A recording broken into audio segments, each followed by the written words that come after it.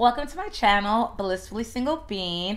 I don't know how you got here, but I do appreciate every eyeball that is eyeballing this video. All right, guys, guess what I went and out and done did this week? I got myself a dog. I got us a dog. Come meet the YouTube family, Bastion. His name is Bastion. He's a he's a Pots Hound mix. As you can see, he's he's teething right now. He's teething, so he's trying to buy everything. He's very affectionate. He's just a beautiful dog. He's a rescue from Puerto Rico. He's always trying to lick somebody. He's a rescue from Puerto Rico, and I'm actually fostering him with the option to adopt. Here you go. You can take him upstairs, sweetheart. He's a good boy. But I'm your homegirl, Beans, and I am the blissfully single one. I'm coming to you guys today with a Beans breakdown where I talk about the new member of my family and also what's going on in the blogs and, you know, what people are watching and everything. So, real quickly, I want to preface this by saying I am not a dog person. I don't like dogs. I don't care for dogs. They're an expense, you know, and then you have a 14, 15-year commitment. It's a lot.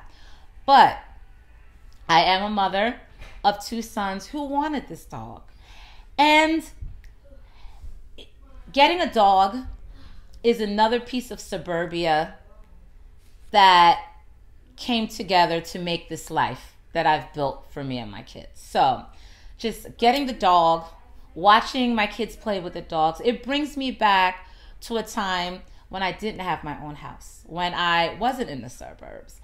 And this message is for everybody, everyone, but particularly for single parents. And I single out single parents such as myself because we're at a handicap.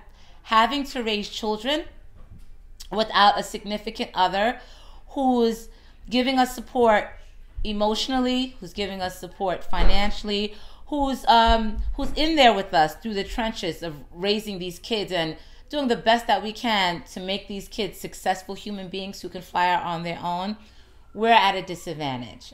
And I remember it had to be, oh my gosh, maybe 6 years ago. 6 years ago, Beans wanted a house. Beans was living with her children's father at the time. And I never saw myself having a family because when I was in college, I saw I was going to go to law school, be this high-powered corporate or entertainment attorney, and things changed, and Beans ended up having a couple of babies.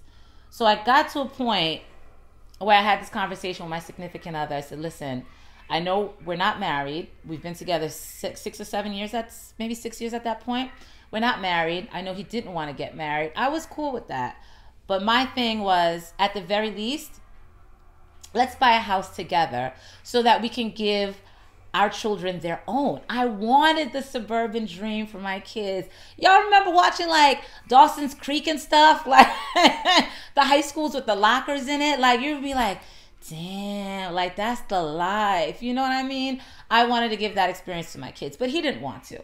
And in hindsight, I realized this whole family dynamic thing, it just wasn't his thing because not every man is equipped to be a father or a husband. Had I dated him long enough, I would have figured that out. So he said to me, no. He said to me, no, I don't want to get a house with you. You know, you try and get a house with your bad credit. You try, you know, to make this dream of yours come through. But for me, no, I'm not getting a house with you. No, that's out of the question. At this point, I've been wanting my own home for a minute.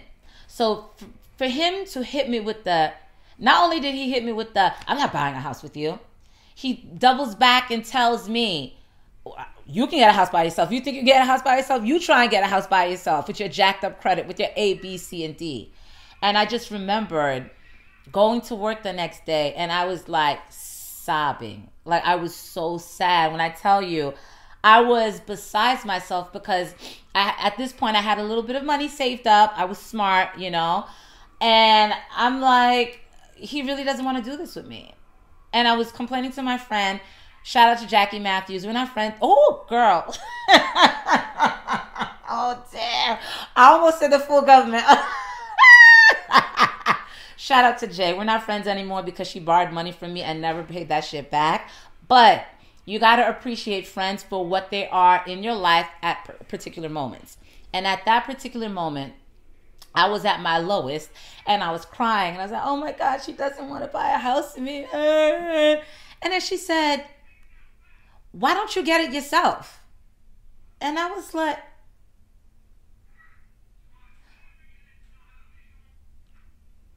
I can get it. She said, get the house yourself. And so I dried my tears. I dried my tears. Within, I would say, maybe about a month and a half, me and him broke up. It was like that resentment was building. Like, listen, you don't want to get married. I'm not asking you to be the man of the house and go 50-50 on bills. I'm not asking you to be A-B. I'm not asking you to be everything I need you to be as my companion. But at the very minimum, you couldn't go half on a house. Within a month and a half, it was done. We had our biggest fight ever. We broke up. We've been broken up for about 5 blissfully single years. And that's the reason why I have my blog, Blissfully Single Bean, and my YouTube channel, Blissfully Single, because I'm one of these people that came from a relationship that there was no love. It was toxic. It was physically abusive. So to be at this space right now, when I am like single, I could walk up in my own damn house and there is no tension. I am as happy as could be. When I say Blissfully Single Bean, there's a reason for that. He was out of the picture. I put a plan together. I saw how much money I needed saved up. Called different mortgage companies, applied for different mortgage companies, got pre-approved for different mortgage companies. I had my down payment set, but guess what? There's something called closing costs. So I had a strategy on how I was going to get closing costs. Actually, my sister, we don't talk, we're estranged, but girl, shout out to you, girl. She loaned me the money for my closing costs for me to buy my house. So I set up a plan, honey. Within 2 years, two and a half years from the initial conversation, I'm not getting a house with you. You see if you could buy a house by yourself with your jacked up credit. Within 2.5 years, honey, I had my own house. I'm not even going to tell you where he's living now. So I say all this to say, I got my little doggy in my little suburban dreams. You can do anything. Don't let anybody minimize you, despite what your situation is, despite and even in spite of the fact if you have a physical handicap, if you're a single mom or dad trying to do more for your kids, speech impediment, no matter what. If people tell you you cannot do, you show those mother effers you can exactly do that they say you could not do and more. I give thanks to God because he opened doors for me.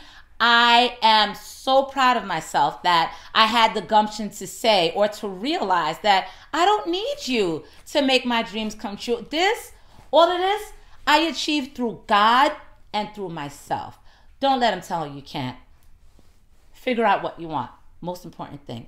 Number 2, plan, strategize. I knew I wanted a house. The second part of this wanting a house is, how was I going to get there? I did not have the best credit. Time to start cleaning that credit up. It's a process, but it's not an 8-year process. It's simple.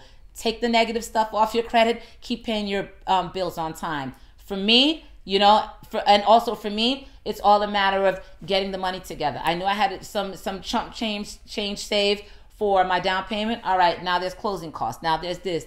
Put a plan together, execute, and keep praying on it. And not a single dream that you want walking on this earth will not come true. That's crazy, right? That's my little dog Bastion. That's what he put way deep in my heart to share with you all. So yeah, that's it. You can do it. You can do it. So what are you guys watching, honey? Particularly, what are you guys watching on Netflix? After I get all my chores done, honey, I got to finish some stuff up, and then I'm going to crawl right into bed. Yeah, this right here is my, running around gear right now. My hat, the tattered wig, my sports bra under my shirt so I can do one of these quickie home workouts.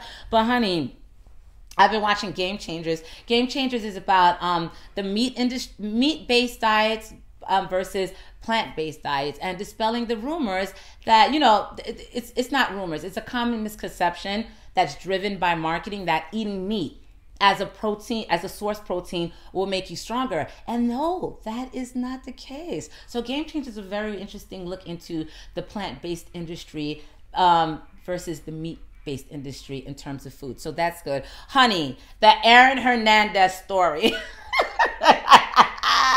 Yes.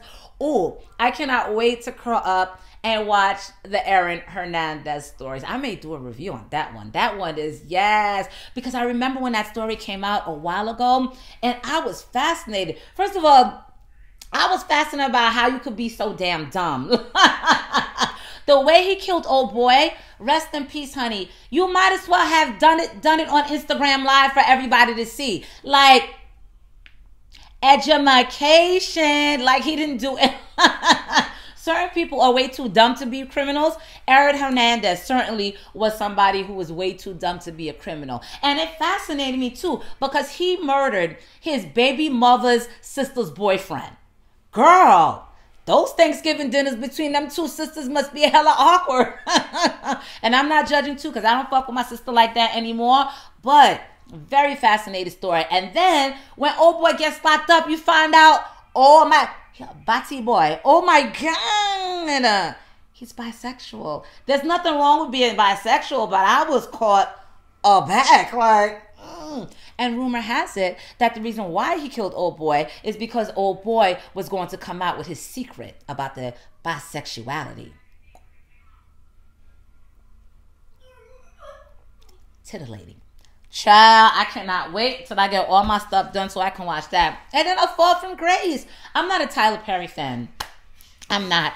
And I respect who he is as a person. And honey, I want to be that. That man came from sleeping in his car to a damn empire. I am here for all of it. But as far as his works, the Madea reunions, the first two were funny. After that, I was past that slapstick kind of negrity, and I was over it. The shows he has on right now, Sisters is cool. I watched a few episodes, and I do need to catch up with it. Sisters is cute, cool. Haves and a Have Nots. I started watching. Oh God, I think I fell off the second season. It's like the storylines are like. Although the lead girl, Old Chocolate, why is her name escaping me?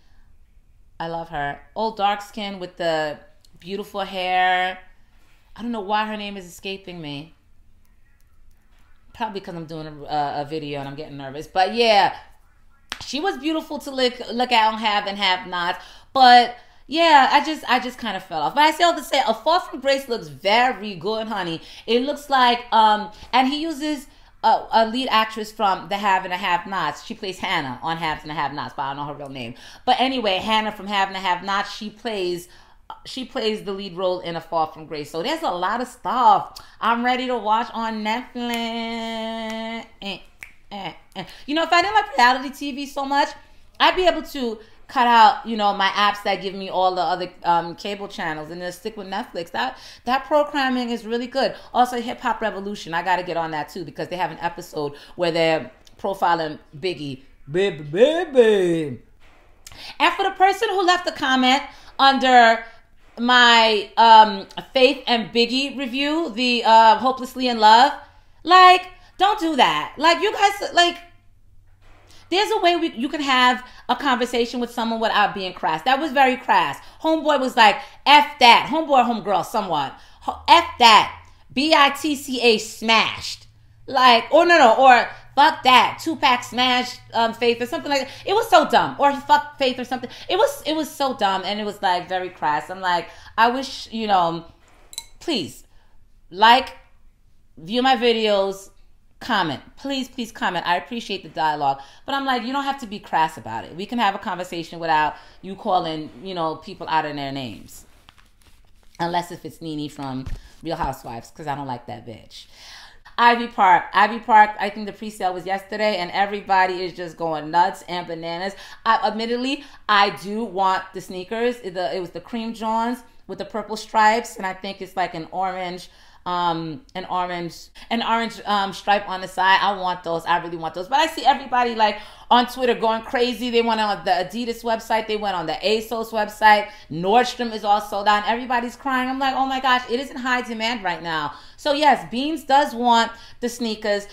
The clothing, I know it's gender neutral clothing, but I don't like it. I don't like it. I love the color palette. I love beige. I love purple. I love orange. The color palette is everything to me. But I'm a smaller girl and I'm a curvy girl. So if I wear clothing, I want you to see the outline of my breast. I want you to see how small my waist is. I want you to see my hips. So yeah, I am digging the sneakers, but the clothing not so much. But I'm going to wait for like the next month and a half, and then I'll be able to walk up in a Nordstrom or order my shit from ASOS without going crazy and getting my feelings hurt. I've never been the type of girl that have to have the first of everything. I have not. Like, so that's all well and good to me. You know, but I will cop some of it. I will. What else is going on in the blogs? Oh my gosh, Azriel and Jocelyn fighting. Oh my gosh, like the pimp is gone and now the two ducks are turning on each other. And you know what? Let me refrain for that. Azriel, I apologize for calling her a duck.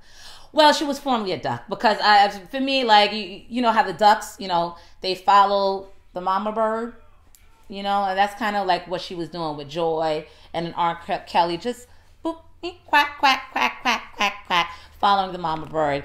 And just watching the video, my heart had to go out to her because you see Joy coming upstairs, and I guess Azriel was there with her family and packing, getting ready to leave R. Kelly's, you know, spot at the Trump Tower. And then I guess Jocelyn Savage came upstairs to get her stuff. Jocelyn was upset. Jocelyn was like, you mad disrespectful. You mad disrespectful as you got all these people here. And as a baby, I'm not disrespectful, baby. I am looking out for me. I have to protect myself. So the two are going back and forth.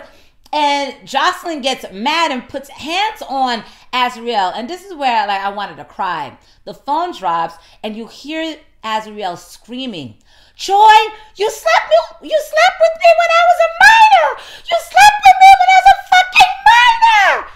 And when she was saying that, the words came from a place of pain. Like, she wasn't playing. This was not made for TV nonsense right there. It felt like it was a moment of clarity and a moment of realization. And that was washed away. Those feelings of clarity was washed away by anguish. Like straight anguish. Like, this wasn't right. And Joy was like, liar, liar. But it sounded like Azriel got her ass whooped. And I have to understand, because Azriel's dad was there. How you gonna let somebody fuck your daughter up while you are there? Ain't no fair ones. Listen, if I'm there helping I gotta speak in terms of being the son of the mother of sons. If I'm there with Simon or Timmy in a situation where they gotta pack their shit up and some guy comes up, ain't nobody shooting a fair woman. I'm fucking you up. I'm jumping on top. It's 2 against 1, bitch. So I don't understand how Azriel's dad was there and it got to a point where she got a black eye. Joy hit her with the camera. As soon as I see your voice, as soon as I hear your voice raised and you're stepping towards my son, are you kidding me? What's up? Like, what's really good? I don't understand how she got beat up that badly and her dad was around. I don't understand. Rihanna is single, y'all. She was like, I ain't stressing. The sexiest woman alive is not stressing. Yes, I'm here for it, Riri, girl, because you do know you are. I'm not going to say the sexiest, but quite frankly, one of the sexiest women alive. Yes, girl. Although I'd rather meet a Beyoncé body, because Beyonce's thick in all them right places. Do you see that argument going on Twitter about Beyonce's ass and if it's real or not? That's Beyonce's real ass. Like, y'all better stop hating. Stop. You know why they think Beyonce's ass is fake? It's because it's a perfect ass. It's on Beyonce. It's supposed to be a perfect ass. First of all, let's stop acting like Beyonce has always been a skinny mini. When Beyonce came out with Destiny's Child, she was a thickums. Like, them legs were juicy. That stomach was flat. But that's a girl homegrown from Houston. Them chicks be thick in all the right places. And Beyonce's weight has always fluctuated. One, you know, because she's naturally thick. And there are times like when she had that movie Dreamgirls, she goes on these diets, she gets super skinny, and then she gains weight, and then she has cheerings, and then she gains the weight back again, and she gets skinny, you know, for like her Coachella thing. She's really up and down with the weight. So yeah, she's always had that thick ass. And then when she took that picture in that Ivy Park, what was that? The Ivy Park bodysuit, you know, the purple ones with the puffy sleeves, and then she turned around, that was real. That is juicy. Y'all need to stop hating on Beyonce. Let's face it, we're never going to be as rich as Beyonce. We are never going to be as famous as Beyonce. All I can hope for is 1,000 subscribers so I can see if I can make a little bit of coin. But I will never be as famous as Beyonce. My ass will never look as nice, sit as nice and high as Beyonce. You know why? Because there's only one Beyonce. Stop hating. That's it. I hope you guys have a lovely weekend. Me, myself, look at this tree. I'm trying to get all my Christmas decorations down. Yes, it is January 18th, but I'm very slow with taking down my Christmas decorations simply because it's like, I get bummed when Christmas is over. I'm like, no more lights, no more holiday cheer, no more red and green. I get really sad. But then I realize income tax season is soon. So, give me my W-2 so I can make these coins back. Because y'all know it's expensive to live on a Long Island. That is it. You guys have a lovely weekend. Please check me out tomorrow for my Real Housewives of Atlanta review. That show, it was a few filler episodes, but that show is getting really good. And also, Family on Fiance comes on tonight, so I will be reviewing that as well, and hopefully I can get that video out tomorrow morning as well.